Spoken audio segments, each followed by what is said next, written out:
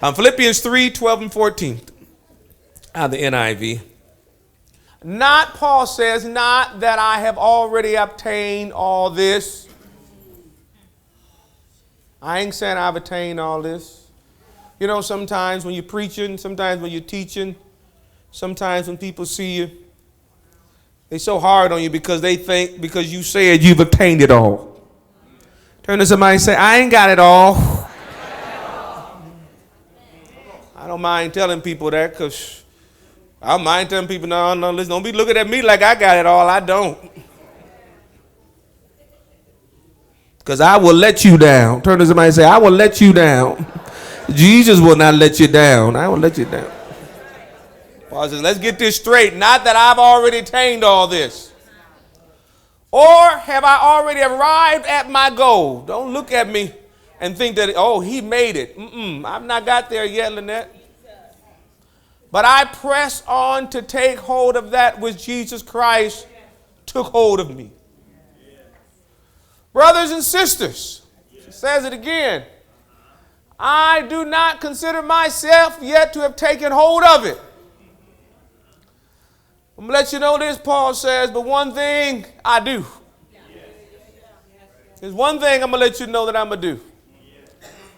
Forgetting what is behind and what? Straining toward what is ahead. It ain't going to be easy to get to where you're trying to go. But I'm letting you know what I'm going to do. I'm going to press on toward the goal to win the prize, which God has called me heavenward in Christ Jesus. God's word is blessed on today. I just want to use for a simple title on today simply this. It brought you here. Turn to someone and say, it brought you here. It. Such a simple and often used word referring to previously aforementioned things or something easily identified. It. That right there. It. It brought you here. People say our lives are just a succession of moments. What happened yesterday, what's happening now, and what will be happening on tomorrow. Okay, but I would rather say that our lives are a succession of events. What occurred based upon what we did in those moments. Things are not just happening around us, family. We are an intricate part of the events that are taking place around the world by our activity or lack of it. If you don't mind asking someone simply this morning, what are you doing? Can you imagine how many things in not only your life, but in the lives of others that would have changed by just one event, one thing, one incident? Look at all these time machine movies. Everyone is always trying to change one event in the past. Everyone's trying to change an event in their past life that will make things better for them or others. And also trying hard not to mess things up because they understand that it's not just a moment, a brief period of time, but an event, something done in that time. Those actions will have eternal consequences for generations to come. What we do, family, does matter. One. Everyone say just one. Just one. One decision. What decision, good or bad, that looking back, if we had a chance, we would repeat it or we would change it and do something else. What one decision, if you had an opportunity to go back, if you had an opportunity to look again, what one decision would you look at and say, I would do this again? Or would you say, I would probably change what I did this time? Think back on the last thing said that led to those actions of events, if you will. One, all right, I'll do it. One, okay, why not? One, okay, I'll be right over. One, just one more time. One, sinned. One, snap. I don't know, you Snapchat. Do you snap or do you snap like this? One, I'll come over and get you. One, be right back. One, be right there. One, I'm here, I got you. One, I do. One, yes, I'll apply for that credit card. One, I'm going to give it. I'm going to try it. I'm going to do it. One, I'm leaving. One, I'm going back.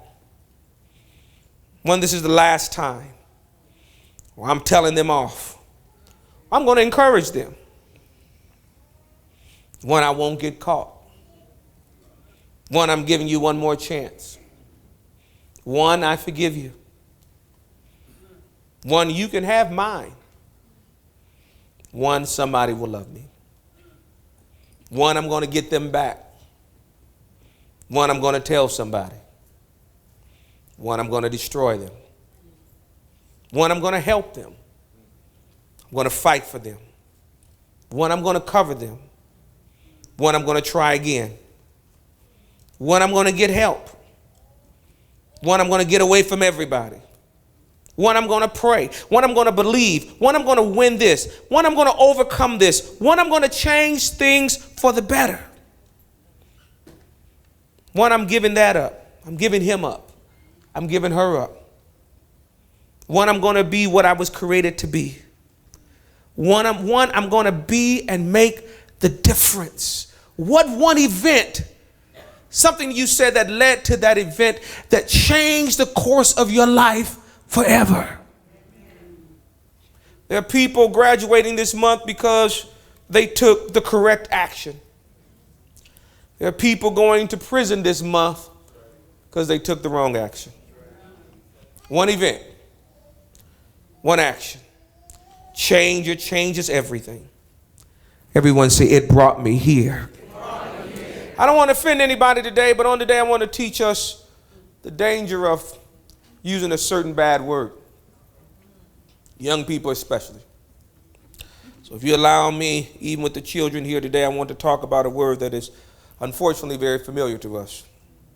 And that is the F word. Yeah, you know it. Failure. Failure is defined as, what do you think it was? What's wrong with y'all? Y'all need to be here with First Lady praying on the altar this weekend. What y'all think I'm preaching about today? Failure is defined as the omission of expectation. Failure is defined as missing the required level of normalcy, what everyone considers normal. When I was in school, A was for excellent, B was for good, C was for average, D was for below average, and E was for failure. Listen, family, I remember my mom was on the phone telling my aunt, man, that's what they call me, did good this time. He only got 2 or 3 E's.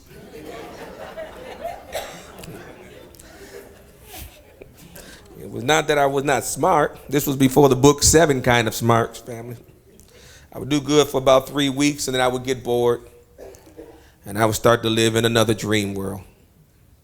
This was the early 70s. I don't need to tell you what those in charge thought about many of us minorities struggling during that time. Failures. Our schools in Jackson, Michigan were just being segregated. So the expectation of us already was that we would fail. I've told this story often, but I always say it in memory of him, Mr. Leroy Jackson. Never forget Mr. Leroy Jackson. He was our wood shop teacher. I had a lot of teachers. One of my teachers was even my uncle. But Mr. Leroy Jackson, I'll never forget. He a little short guy, balding guy. And Mr. Jackson, he was kind of one that talked about us kids coming in when we come into class, call us knuckleheads, and talk about us really, really bad. Tell us if we brought our parents up there, because he talked about us, he would beat them up. I ain't scared of none of y'all, your mamas or daddies or nobody. So we said, okay, Mr. Jackson. I remember being in class with him, and And we were, because we're in wood shop, you had to do you cut stuff a ½ inch, a quarter inch, all those things. I was in class, and I said, Mr. Jackson, this ain't no math class. He said, Trice, shut up with your knucklehead, da-da-da-da-da self. He didn't cuss at us, but they definitely talked about us. He said, what you mean this ain't no math class? He worked on me for a whole week. He said, I don't think I ever forgive you, Trice, for saying this ain't a math class.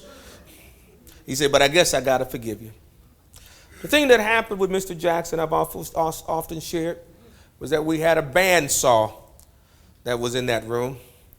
And, it was early 70s, maybe about, 74, 73, 74.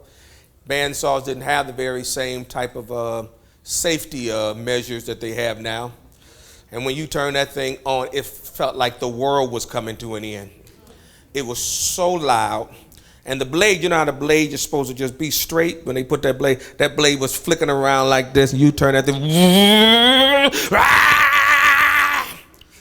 And they spend time telling us of all the people's hands it cut off and all the people who lost limbs and trying to warn us to take care of ourselves. And so if there was one thing I knew that I would never do, I would never, ever use that bandsaw. And most of the other minorities who had never saw one of those things before agreed with me that we would never use that bandsaw. And there were other children that were there that were a little used to them. Those were many of the white children there. They were used to seeing, machines like this and different things like this. And so they didn't have a problem using it. And so some of my black friends, they went on and they made a decision to go ahead and use it. Put their life and limbs on the line to use it. I said, I'm not going to do that. And Mr. Jackson saw me sitting there down, and he says, Larry, I ain't seen you use that I haven't seen you go to that bandsaw and use that machine. You get over there and use that machine to cut that piece of wood. So there was a young kid that was there, and he was cutting, little white young boy. He was cutting stuff for folks like me who were scared to use it. And we gave it to him. We said, you cut it for us. And man, and I gave him my little project to cut. And Mr. Jackson, so he says, where is your project at, Trice? He's so loud, family. He's just so loud. Because when the teacher holler like that, everybody's looking around. So the whole class looks around at me. And so I said, he got it, Mr. Jackson. Get over here, Trice. Cut this thing. Are you scared? Now, there's a couple of things when you were young, when I was growing up, that if you fell down and you was crying, first of all, you said, I ain't crying. Okay, no matter if you was crying or not, when you was a boy, you wasn't supposed to cry. So you said, no, I ain't crying. Another thing you was never supposed to say is that you was scared. So I ain't scared, even though you was scared. And so I said, I ain't scared. So he said, well, come over here and use it. And he turned that thing on, and the whole class turned around and was looking at me.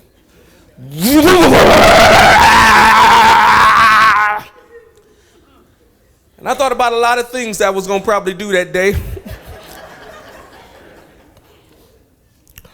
But one was not putting my hand in that bandsaw. So he took my hand. He says, come in and use this.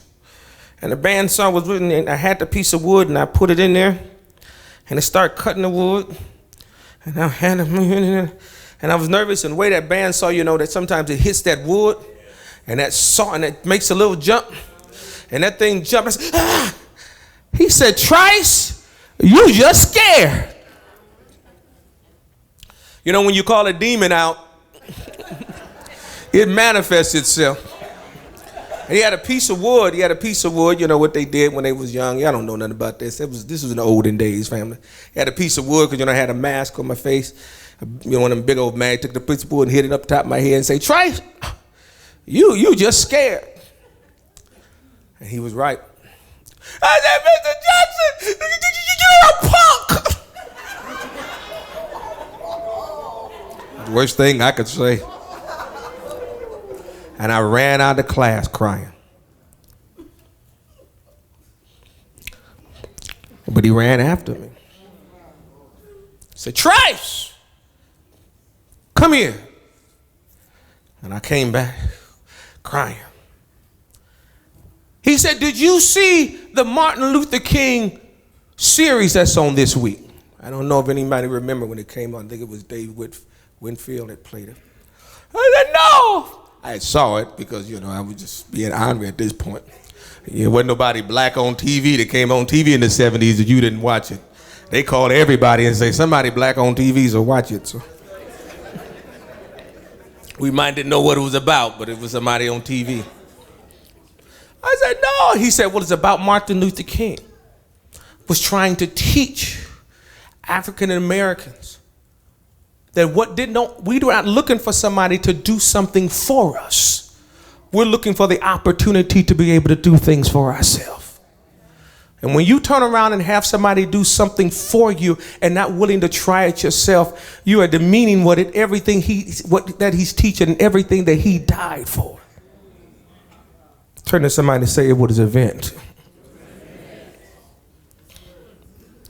So he said, get back in here and get back on that machine. And I walked back in there again. And the whole class was looking at me. And I turned that thing back on. And I cut that wood that day. And I began to start cutting wood, everybody's wood. And I wasn't good. So if you came to me to cut your wood, you was in some trouble. But I showed like using that bandsaw machine.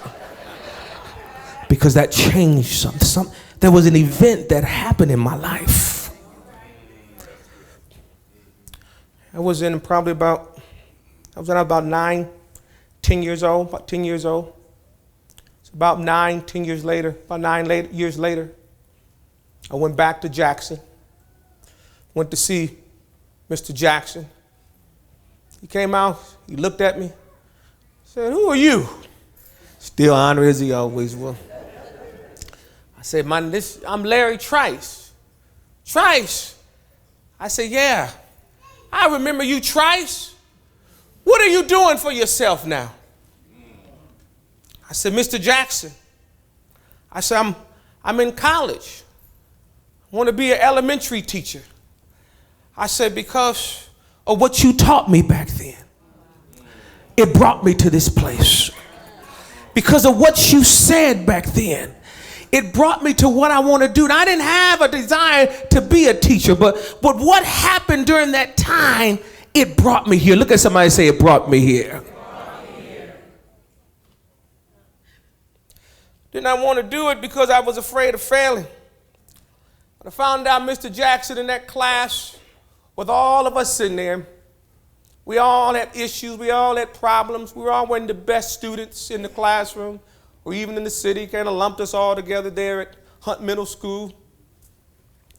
And they were segregating us and pulling us and dragging us. And they gave us all to Mr. Jackson to try to straighten us all out.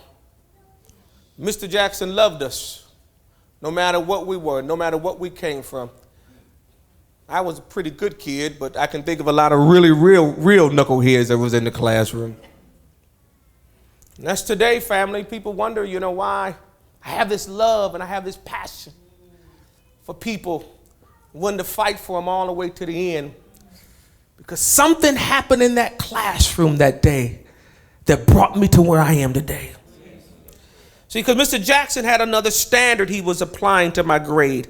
And it was not going to be comparable to what everyone else did. But what his expectation is that what I could accomplish or what I could or would accomplish in his class, that it wasn't based upon whether I could cut real straight, but I got a good grade, not for my ability, but for my willingness. Stay with me, family. Say it brought me here. So my cut back to the F word, I asked you the question, who told you failed? Pastor, be careful. You got to be careful. Stay with me for a moment. To me, the strangest question that God ever asked in the Bible is, who told you were naked? I'm like, who told me I was naked? And anybody had to tell me I'm looking. God asked Adam and Eve, who told you were naked? Isn't it strange that they were trying to hide what they had existed like for years? that what they considered as shame and embarrassment was excellence and beauty to God? God created them knowing that they were butt naked in the Bible. But it was their knowing that their standard of obedience was not met, that they could no longer live with themselves. And now they saw themselves differently, which caused mankind to walk into further disobedience. Can you imagine? They were already naked. They were already what they were. And then they disobeyed. And now all of us saw themselves as failures. Now begin to completely let them see themselves totally in a different light, that they no longer liked themselves and covered up what God said was beauty.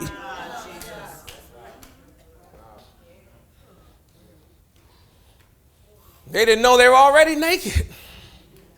So God asked them, who told you you were naked? So my question is, who told you you were a failure? Did you believe you were already perfect already?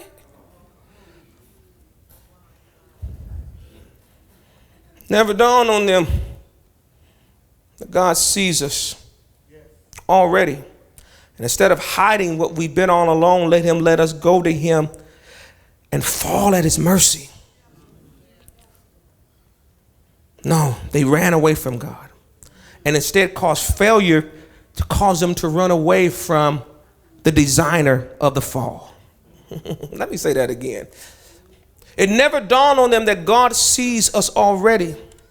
And instead of hiding what we've been doing all along and then let us go to him and fall at his mercy, instead many times we let failure cause us to run from him. And we sometimes don't recognize, as it was in the Bible times, that God was the designer of the fall. There are some good and perfect things that will never happen in your life if not for the bad and dumb things that we did. If not for that event, the whole plan of salvation would have never taken place. If not for the disobedience of Adam, if not for the disobedience of Eve, then we would have never, ever had an opportunity to know our Lord and Savior, Jesus Christ. The problem is, you don't know the normal for your life. Yes, you know the God normal for you, but if you could perfect your life, there would be no need for grace. You know, I went to the park looking to get on a ride and was fumbling with the seatbelt and the bar, trying to figure out how they went in, and upset and shame. I was trying to get it together, nervous that the ride was about to take off and I was not strapped in and I would not be safe when it took off. I was stressing, and then the park attendant came over and said, "You're good, don't worry, that's what we're here for, to help you."